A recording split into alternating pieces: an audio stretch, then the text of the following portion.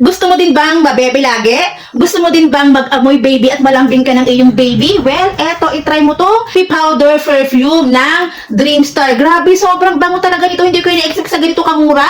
88 ml na siya, 65 pesos isa, 289 limang piraso. O diba? Saan ka pa? So, napakabango talaga nito. Nagdulong last siya up to 5 hours. Depende talaga sa ating body chemistry. Pero tinry ko siya kagabi. Wating kasi ito kahapon. Tinry ko siya kagabi, 6 o'clock. Hanggang kanina ng umaga, pagising ko, amoy baby pa rin ako. O, diba? So, ito lalo na to super. Itong ating classic baby powder. Itong classic baby powder na to, amoy pulbo talaga. Sobrang bango. Ito talaga yung tinry ko. Kasi, kahit naka-cover siya, amoy na amoy siya. Itong floral baby powder, syempre, amoy bulaklak. Ang bango din ito. And then, itong ating fresh baby powder, para kang laging fresh na fresh, para kang bagong ligo lang. Sobrang bango din ito. And then, itong milky baby powder, amoy gatas. O, di ba? Parang may gatas ko sa labi.